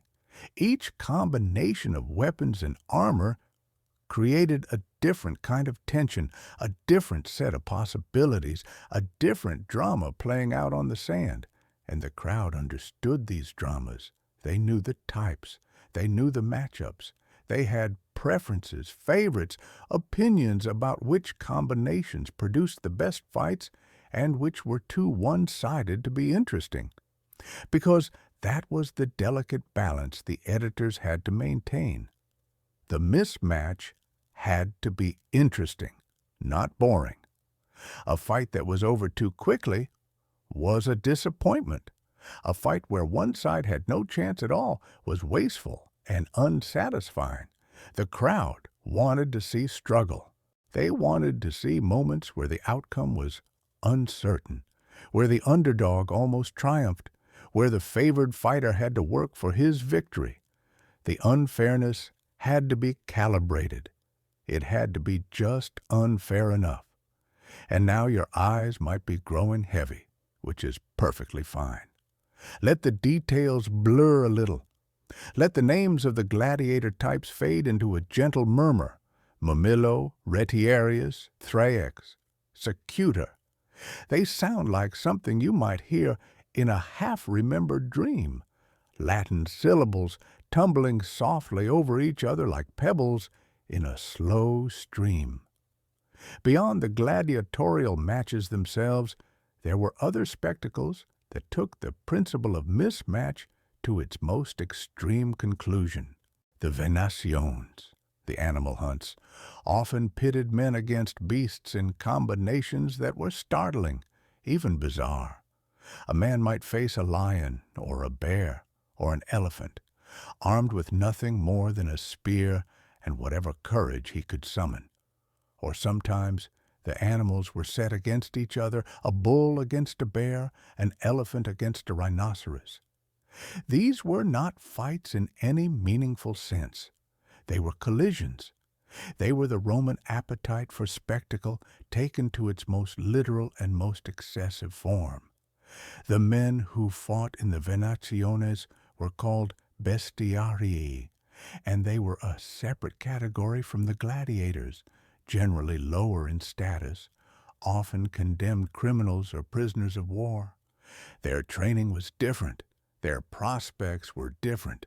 A gladiator, even a slave gladiator, had a certain value, a certain investment behind him. He had been fed and trained and housed at considerable expense. The bestiarii were more expendable. Their purpose was to provide a spectacle with an animal, and whether they survived that spectacle was often secondary to whether the crowd found it entertaining. But even here, even in these seemingly chaotic encounters between men and beasts, there was organization, there was planning, there was the careful hand of someone behind the scenes making decisions about which animals to use, which men to send out. What sequence of events would best hold the crowd's attention through the long hours of the day's program? The games were structured like a meal, with courses and pacing. The morning might begin with the venations, the animal hunts and animal fights, which served as a kind of appetizer, a warm-up for the main events. Then came the midday executions, the noxi, the condemned, who were put to death in various ways that the crowd might watch or might ignore while they went to buy food and drink from the vendors in the corridors. And then, in the afternoon, came the gladiatorial combats, the main course, the events that everyone had really come to see. This structure was well known. It was predictable. And within that predictability, the editors could introduce variations, surprises, novelties that would keep the crowd engaged. A rare animal that no one had seen before. An unusually skilled gladiator making his debut. A special execution staged to reenact a scene from mythology. The framework was fixed, but within it there was room for creativity, for innovation, for the kind of small, unexpected pleasures that kept people coming back. Let your breathing slow. Let the sounds of the arena fade to a distant hum, like traffic heard through a closed window, present but unimportant, just part of the background of the world. The technology that made all of this possible was, as we've discussed, remarkable in its ingenuity. But there were other technologies, other discoveries happening in the Roman world at this same time, far from the Colosseum, far from the crowds and the sand and the spectacle, that deserve a moment of quiet attention. Roman concrete, for instance. The Romans developed a form of concrete that was, in some ways, superior to what we use today. They mixed volcanic ash, pozzolana, from the region around Pozzuoli near Mount Vesuvius, with lime and seawater, and the result was a material that not only hardened underwater, but actually grew stronger over time as the seawater reacted with the volcanic ash to form mineral crystals within the structure of the concrete. The Pantheon in Rome, built in the 2nd century, has a concrete dome that spans over 43 meters, and it is still standing, still intact, still the largest unreinforced concrete dome in the world after nearly 2,000 years. Think about that for a moment, or don't think about it at all. Just let it sit in your mind like a smooth stone at the bottom of a clear pool. 2,000 years! The rain has fallen on that dome 2,000 years' worth of times. The sun has crossed over it, the seasons have turned, empires have risen and crumbled to dust, and the dome remains. The concrete holds. The volcanic ash and the lime and the seawater continue their slow chemical conversation, and the structure endures. The Romans were also remarkable engineers of water. Their aqueducts carried fresh water from mountain springs to cities across the empire, using nothing but gravity and the precise, patient calculation of gradients. Some of these aqueducts stretched for dozens of miles, crossing valleys on soaring arched bridges, tunneling through hillsides, maintaining a consistent downward slope of just a few inches per mile. The Pont de Garde in southern France, built to carry water to the city of Nîmes, still stands, its 3 tiers of arches rising nearly 50 meters above the river below. It was built without mortar. The stones were cut so precisely that they held together by their own weight and the friction of their contact. Water flowed through these channels day and night, ceaselessly, feeding public fountains, filling public baths, supplying private homes, flushing sewers. The city of Rome at its peak may have had more water per person than many modern cities. The sound of running water was everywhere, in the fountains at every street corner, in the bathhouses where citizens gathered to socialize, in the private gardens of the wealthy where water flowed through channels and cascaded into ornamental pools. And the bathhouses themselves were marvels of engineering.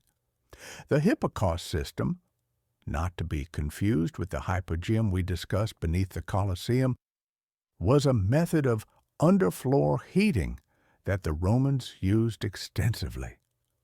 The floor of a bathhouse was raised on small pillars of stacked bricks, creating a hollow space beneath. A furnace at one end of the building burned wood continuously, and the hot air from the furnace circulated through this space beneath the floor, warming the tiles above, then rose through hollow channels built into the walls before escaping through vents in the roof. The bathers would move from room to room, each one a different temperature. The frigidarium was cold. The tepidarium was warm. The caldarium was hot, its floor heated almost to the point of discomfort, so that bathers sometimes wore wooden sandals to protect their feet. The whole experience was carefully designed, carefully controlled, and relied on engineering principles. The movement of hot air, the insulating properties of different materials, the management of fuel and ventilation that were sophisticated by any standard. These bathhouses were also social spaces, communal spaces, places where business was conducted and friendships were maintained and gossip was exchanged. They were libraries and gymnasiums and meeting halls and therapy centers, all wrapped into one. A Roman citizen might spend hours at the baths, exercising, bathing, receiving a massage, reading in the library, eating a meal, talking with friends. It was not merely hygiene. It was a way of life, an institution, a daily ritual as central to Roman culture as the spectacles at the Colosseum.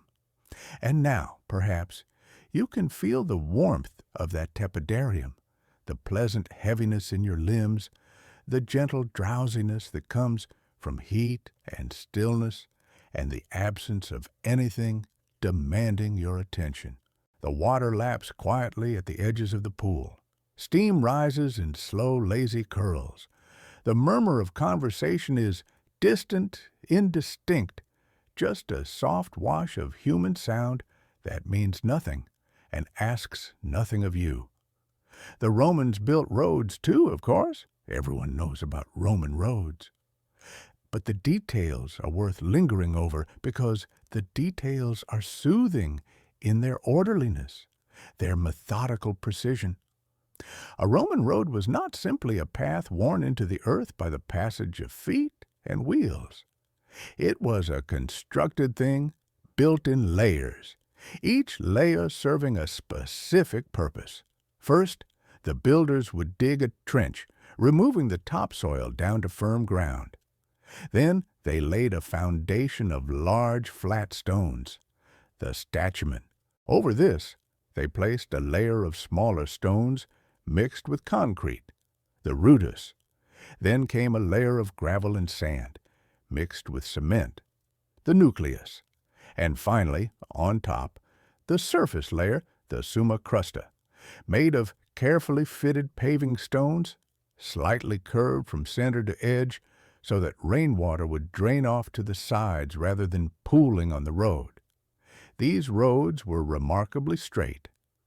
The Roman surveyors used simple instruments, a groma, which was essentially a cross-shaped device with plumb lines hanging from each arm, to establish sight lines across the landscape.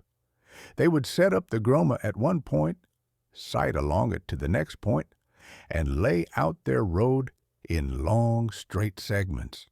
When they encountered a hill, they preferred to go over it rather than around it. When they encountered a marsh, they built the road up on an embankment above the waterline. The road went where the road needed to go, and the landscape accommodated. These roads lasted centuries. Some of them are still in use today, their routes traced by modern highways that follow the same paths the Romans established 2 millennia ago. The layers of carefully placed stone and concrete have endured beneath the surface, supporting the weight of vehicles the Romans could never have imagined. Let the road stretch out before you now, long and straight and empty, disappearing into a soft haze on the distant horizon. The paving stones are warm beneath your feet. The fields on either side are green and still. There is no one else on the road. There is no destination you need to reach. You are simply walking slowly in the quiet afternoon, and the rhythm of your footsteps is steady and even and gradually slowing. The sun is lower now. The shadows are longer. The air has that quality it gets in the late afternoon when the heat of the day has begun to relent and everything seems to exhale, to settle, to grow soft and still. A bird calls somewhere once, twice, then falls silent. The road continues. Your feet continue. Your breathing continues. Everything continues gently, quietly, without effort or urgency. Rest now. The road will be there tomorrow. The aqueducts will carry their water. The dome will hold. The concrete will strengthen. Everything the Romans built, they built to last, and it has lasted, and it will go on lasting long after you have closed your eyes and let the world grow quiet and still around you. Sleep now. Everything is steady. Everything endures. Number 5, the unfair matches of the Roman Colosseum and more, technology and discoveries. And so we come to the last stretch of our wandering, the final gentle curve of this long, unhurried road through the ancient world. You are already comfortable. You are already settled. The pillow knows the shape of your head by now, and your breathing has found its own quiet rhythm, steady and deep, steady and slow. There is nowhere you need to be. There is nothing you need to do. There is only this, only the soft unfolding of words, one after another, like stones laid in a path that leads nowhere in particular, that exists only for the pleasure of walking. Let us talk, then, about the Colosseum, not the grand spectacles you have heard about, not the dramatic battles between equally matched gladiators that the poet celebrated, but the other events, the quieter ones, the stranger ones, the ones that were, by any reasonable measure, profoundly and deliberately unfair. Because the Romans, you see, had a complicated relationship with fairness. They admired it in principle. They wrote about it extensively. They carved the word iustitia into their public buildings and debated its meaning in their forums. But when it came to entertainment, when it came to the vast oval of the Flavian amphitheater with its 80,000 seats filled to capacity, fairness was not really the point. The point was spectacle. The point was the demonstration of power, of control, of the ability to orchestrate nature itself for the amusement of a crowd. And so there were the venationes, the animal hunts. These were events in which trained hunters, called venatores, were set against wild animals that had been captured and transported at enormous expense and effort from the farthest reaches of the empire and beyond. Lions from North Africa, bears from the forests of Germania, leopards from the eastern provinces, elephants from lands so distant that most Romans could not have found them on a map, if Romans had possessed the sort of maps we think of today, which they did not precisely, though they had something called the Tabula Peutingeriana, which was more of an itinerary than a map, a long scroll showing roads and distances and stopping points. Very practical, very Roman, and we are wandering again, which is fine, which is perfectly fine, because wandering is what we do here. The animal hunts. Yes, these were by design unfair. The animals were often weakened by their long journeys, kept in cramped wooden cages on ships and carts for weeks or months, underfed, disoriented, blinking in the sudden, dazzling light of the arena after the darkness of the hypogeum, that elaborate network of tunnels and chambers beneath the Colosseum floor. The hypogeum itself was a marvel of engineering, a subterranean labyrinth with lifts and trapdoors and ramps that could raise animals and scenery to the surface in moments, creating the illusion that a forest had sprung up from bare sand, or that a lake had appeared where moments before there had been dry ground. The mechanisms were operated by teams of workers pulling ropes and turning capstans, coordinating their movements in the dark by signals and long practice, and the whole system worked with a reliability that speaks to the Roman genius for logistics, for organization, for the patient application of known principles to practical problems. The animals emerged into this chaos of noise and light and sand, and they were afraid, and they were confused, and then the hunters came for them. The hunters had weapons. They had armor sometimes. They had training and experience and the advantage of knowing where they were and what was expected of them. The animals had none of these things. Some fought back, certainly. A cornered lion is still a lion. An elephant, even a weakened one, is still an elephant. But the outcome was rarely in doubt. The events were staged so that the hunters would prevail, because the crowd expected them to prevail, because the emperor who had paid for the games expected them to prevail, because the entire purpose of the exercise was to demonstrate Roman dominion over the natural world, the subjugation of the wild and the foreign and the dangerous to the orderly will of civilization. Thousands of animals died this way. During the inaugural games of the Colosseum in 80 A.D., under the Emperor Titus, the ancient sources tell us that 9,000 animals were killed over the course of 100 days.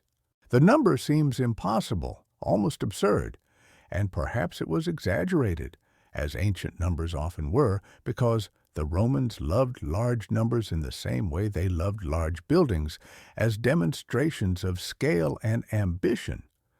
But even if the true number was half that, or a quarter, it represents an astonishing logistical undertaking. Each animal had to be located, captured, transported, housed, fed just enough to keep it alive, and then delivered to the arena floor at precisely the right moment. The supply chains stretched across continents.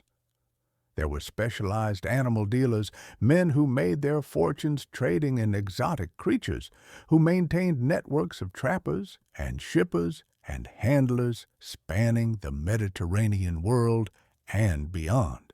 And this is perhaps a good moment to let your thoughts settle on the sheer ordinariness of Roman logistics.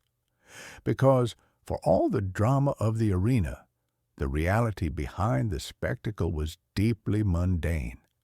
It was about shipping schedules and feed costs and the structural integrity of wooden cages. It was about men with clipboards, or rather wax tablets, checking inventories and arguing with suppliers about delivery dates. It was bureaucracy in service of entertainment, and the Romans were exceptionally good at bureaucracy. There were other unfair matches, too. The most deliberately lopsided were the damnatio ad bestias, the condemnation to the beasts, in which convicted criminals or prisoners of war were sent into the arena unarmed, or nearly so, to face wild animals.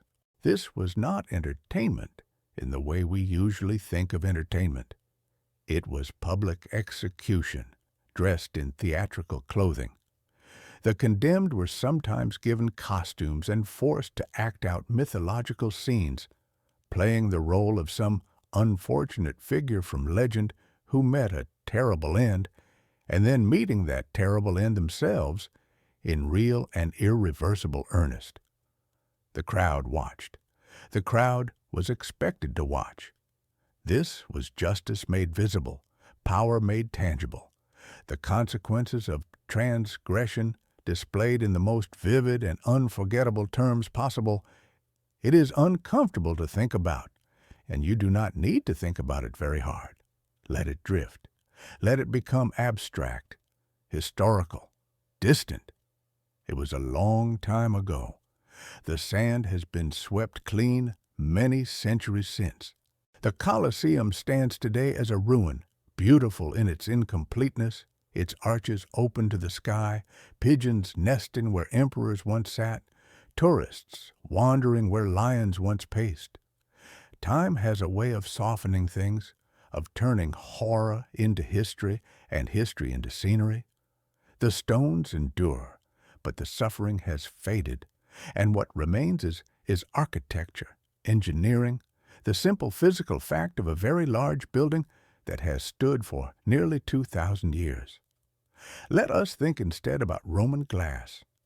This is a gentler subject, a quieter one, and it will carry us further into the evening, further into stillness. The Romans did not invent glass. Glass making had existed for thousands of years before them, in Egypt, in Mesopotamia, in the ancient Near East. But the Romans revolutionized it, specifically through the invention, or at least the widespread adoption, of glass blowing. Before glass blowing, glass objects were made by casting, by pressing molten glass into molds, or by the painstaking core-forming technique in which hot glass was wound around a clay core that was later scraped out.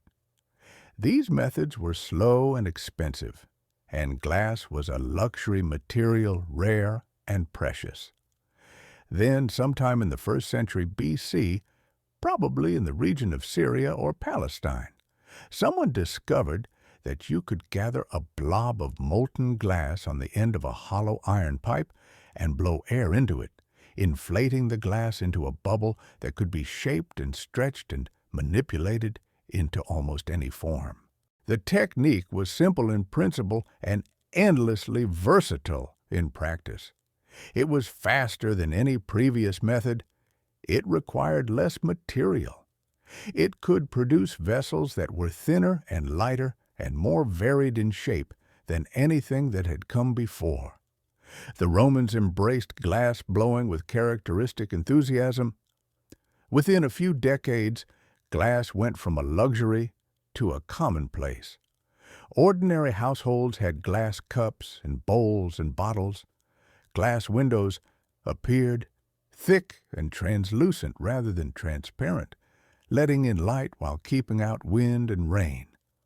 Glass was used for storage, for serving, for decoration.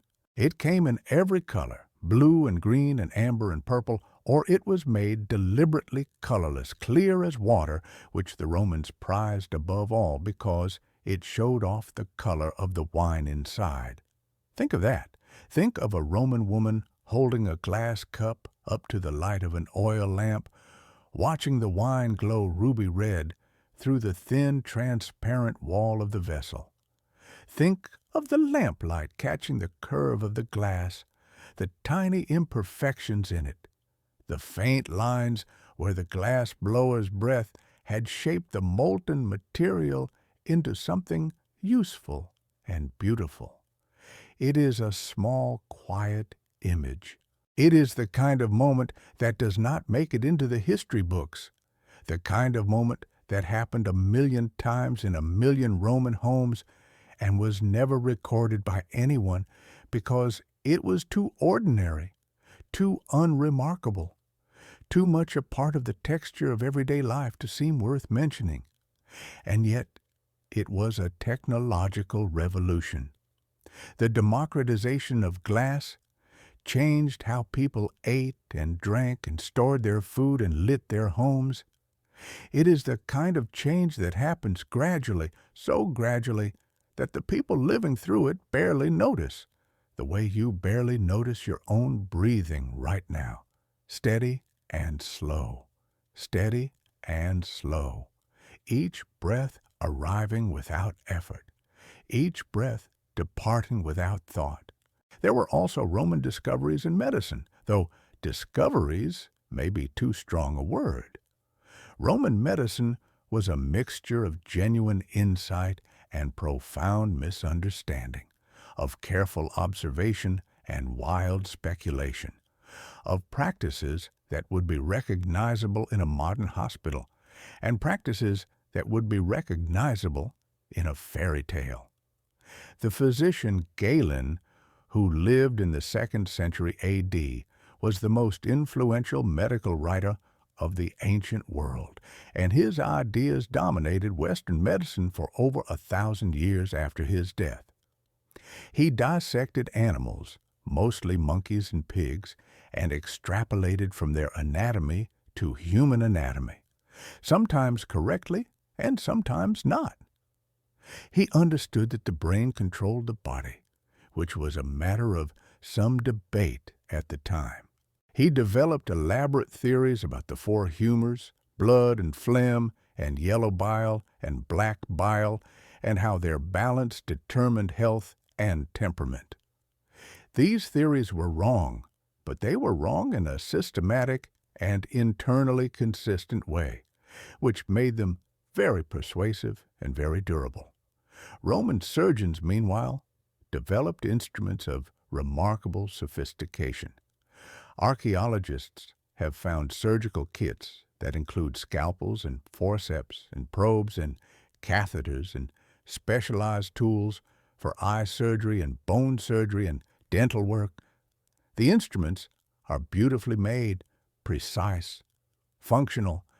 Some of them are so similar to modern surgical instruments that you could place them side by side and see the family resemblance immediately.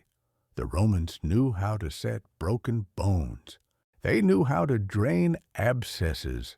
They knew how to perform certain types of cataract surgery, using a fine needle to push the clouded lens of the eye down and out of the line of sight, a procedure that is crude by modern standards but was better than blindness.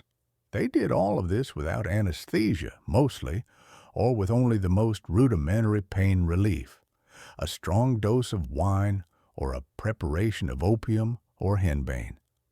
The patients endured what they endured, and the surgeons worked quickly, because speed was mercy in an age before anesthesia, and the best surgeons were the fastest surgeons, and their skill was measured in minutes and seconds as much as in knowledge and technique. But we do not need to dwell on pain. We are moving away from pain now, moving toward sleep, moving toward the quiet place where the mind lets go of facts and figures and dates and names and simply rests. The Roman world is receding.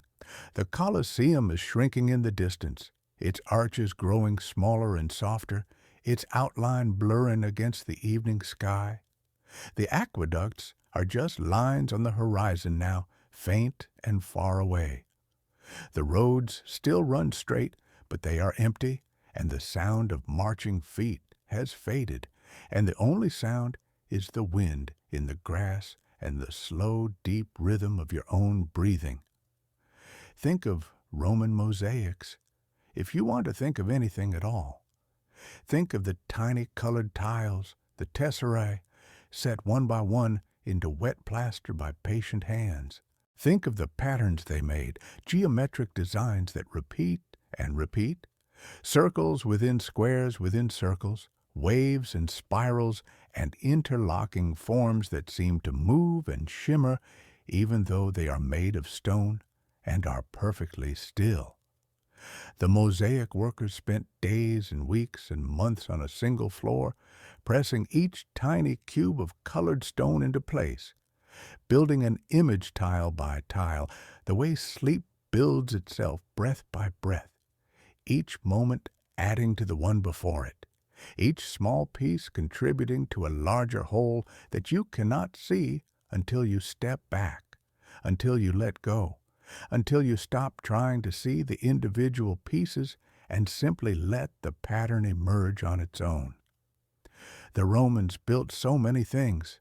They built roads that still carry traffic, and bridges that still bear weight, and walls that still stand against the weather. They built systems of law and government and administration that echo through every courtroom and parliament and municipal office in the Western world. They built in concrete and stone and glass and iron, and they built in ideas and habits and assumptions that have outlasted all their physical constructions, that survive in languages and legal codes and the very way we think about cities and citizenship and the relationship between the individual and the state. But they are gone now. The emperors are gone. The legions are gone. The gladiators and the animal handlers and the glass blowers and the surgeons and the mosaic workers and the aqueduct engineers are all gone. Every one of them returned to the earth that their roads once crossed and their buildings once stood upon. What remains is stone and memory, and even the memory is fading, growing softer and more distant with each passing century, like a voice heard across a wide, still lake, clear at first, but gradually dimming, gradually blending with the silence, until you cannot tell where the voice ends and the silence begins. You are very close to sleep now. You can feel it, the way the edges of your thoughts have grown soft, the way the words are arriving from farther and farther away, like travelers on a long road who are almost too tired to continue, but who keep walking because the rhythm of walking has become its own purpose, its own comfort, its own lullaby. Let it come. Let the ancient world go dark and quiet. Let the Colosseum stand empty under the stars. Let the roads stretch out, unwalked, under a sky that is the same sky the Romans saw, the same stars, the same slow wheel of constellations turning overhead as the earth turns beneath them, as it has always turned, patient and steady and unhurried. Sleep now. The history can wait. It has waited 2,000 years already.